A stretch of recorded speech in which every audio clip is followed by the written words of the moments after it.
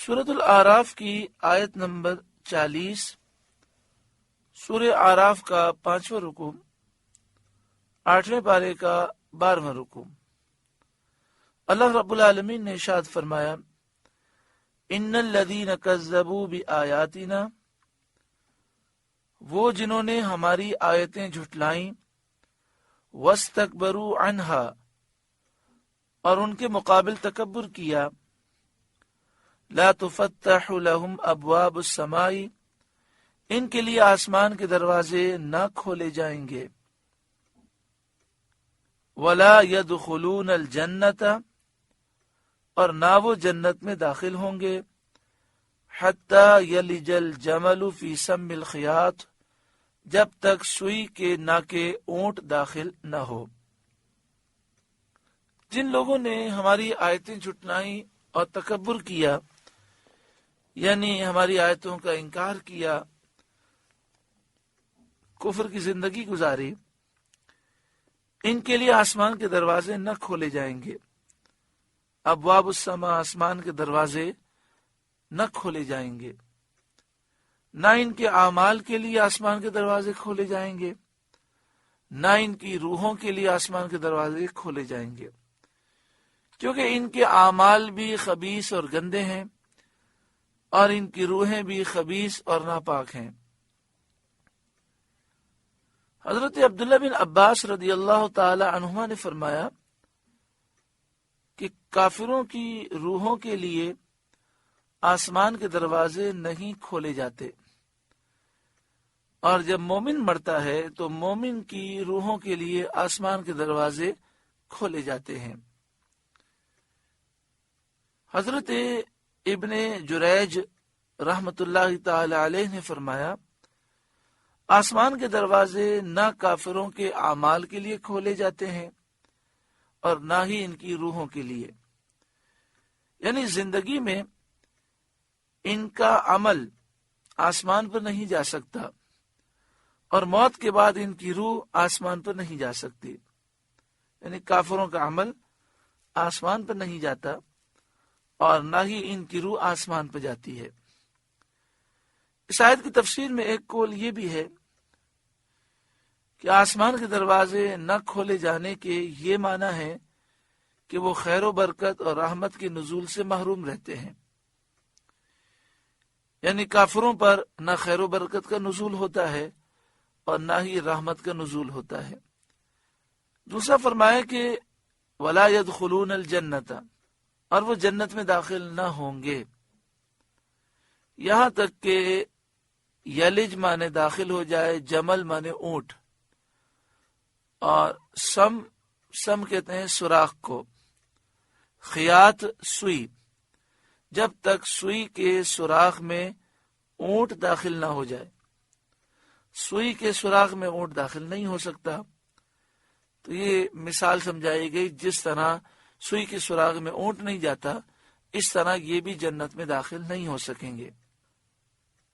حضرت صدر الافاضل مولانا نعیم الدین مراد آبادی علیہ رحمہ لکھتے ہیں، اور یہ محال، یعنی سوئی کے ناکے اونٹ داخل ہو، یہ محال، تو کفار کا جنت میں داخل ہونا محال، کیونکہ محال پر جو موقوف ہو وہ محال ہوتا ہے۔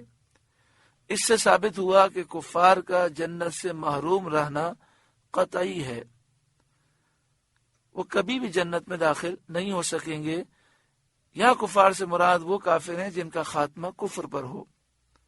ہاں، اگر کافر توبہ کر لے، ایمان لے آئے اور خاتمہ ایمان پر ہو تو مومن ضرور جنت میں جائے گا۔ کچھ مومن اس طرح جنت میں جائیں گے کہ وہ بلا حساب و کتاب جنت میں جائیں گے، کچھ مومن جنت میں اس طرح جائیں گے کہ پہلے جہنم میں جائیں گے اور کچھ عذاب پا کر پھر وہ جنت میں جائیں گے۔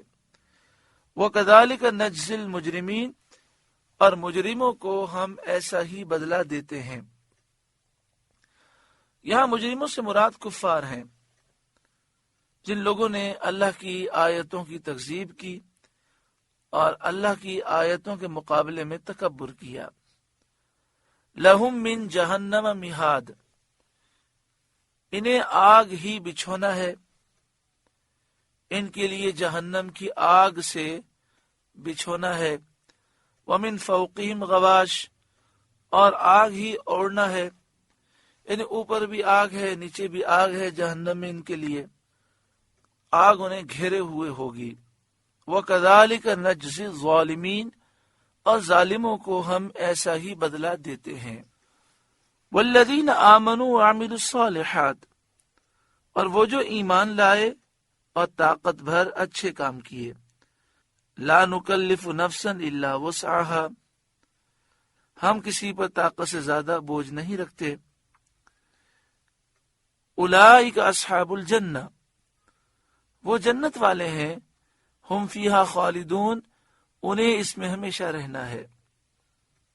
کتنا پیارا درس ہے کہ جو لوگ ایمان لے آئیں اور پھر اپنی طاقت کے مطابق اچھے اعمال کریں، اور لا نکلف نفسا الا وسعها کر کے وضاحت کر دی گئی کہ انسان پر جن چیزوں کا فرض کیا گیا، واجب کیا گیا، جو چیزیں ہم پر ضروری ہیں وہ ہماری طاقت کے مطابق ہیں۔ دیکھیں، پوری رات عبادت کرنا، تہجد پڑھنا، اشراق، چاش، اوابین پڑھنا، سارا دن قرآن پاک کی تلاوت کرنا، ہر وقت ذکر الہی کرنا، سارا مال اللہ کی راہ میں دے دینا، یہ کوئی ضروری نہیں ہے۔ جس کی طاقت ہو وہ کرے، جتنی عبادت کرے گا اتنا زیادہ ثواب ملے گا۔ لیکن جو ہم پہ فرائض ہیں، واجبات ہیں، سنت موقدہ ہیں، اس میں 5 نمازیں ہیں، حلال کمانا ہے، حرام سے بچنا ہے، اللہ کے حقوق اور بندوں کے حقوق ادا کرنے ہیں، ایسے لوگ جنتی ہیں، ہمیشہ اس میں رہیں گے۔ جب جنت میں لوگ جائیں گے تو یہ تو آپ سن چکے کہ جس شخص کا خاتمہ ایمان پر ہوا وہ بالآخر جنت میں ضرور جائے گا۔ اگر وہ جہنم میں گیا بھی تو کچھ عذاب پا کر پھر جنت میں چلا جائے گا۔ ایک وقت ایسا آئے گا کہ جہنم میں صرف کافر باقی رہ جائیں گے اور سارے مومنین جہنم سے نکل کر جنت میں چلے جائیں گے۔ اور جب سارے مسلمان جنت میں چلے جائیں گے تو دنیا کے اندر مسلمانوں میں آپس میں لڑائی جھگڑے، نفرتیں، کینہ، بغض، عداوت، بہت سے معاملات رہے۔ لیکن جب وہ جنت میں جائیں گے تو اللہ تبارک و تعالی ان کے سینوں سے ہر کینے کو اور میل کو کھینچ لے گا۔ یہ جنت میں جب داخل ہوں گے، ایک دوسرے سے ملیں گے تو انہیں ایسا محسوس ہوگا کہ ہمیشہ سے ان کی محبتیں ہی محبتیں ہیں۔ یہ باتیں یاد نہ ہوں گی کہ دنیا میں فلاں نے میرے ساتھ یہ کیا تھا، فلاں نے یہ کیا، ایسی کوئی بات دل میں نہ ہوگی، اور سب جنت میں آپس میں محبت سے رہیں گے، اور جنت میں کسی قسم کی کوئی نفرت یا کسی قسم کی ایسی ناچاکی نہ ہوگی۔ وَنَزَعْنَا مَا فِي صُدُورِهِم مِّن غِلٍّ، اور ہم نے ان کے سینوں میں سے کینے کھینچ لیے۔ غل، کینے، جب وہ جنت میں جائیں گے تو ہم ان کے سینوں سے کینے کھینچ لیں گے جو دنیا میں ان کے درمیان تھے۔ طبیعتیں صاف کر دی جائیں گی، ان میں آپس میں محبت اور پیار ہی باقی رہے گا۔ حضرت علی رضی اللہ تعالیٰ عنہ نے فرمایا کہ یہ ہم اہل بدر کے حق میں نازل ہوا، اور یہ بھی آپ سے مروی ہے کہ آپ نے فرمایا مجھے امید ہے کہ میں اور عثمان اور طلحہ اور زبیر رضی اللہ تعالی عنہم ان میں سے ہوں گے جن کے حق میں اللہ تعالیٰ نے فرمایا وَنَزَعْنَا مَا فِي صُدُورِهِم مِّن غِلٍّ۔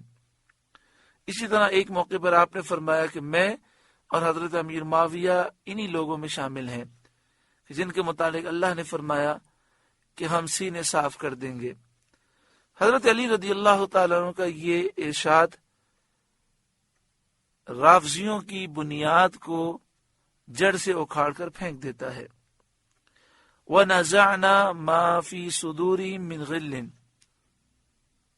اور ہم ان کے سینوں میں سے کینے کھینچ لیں گے۔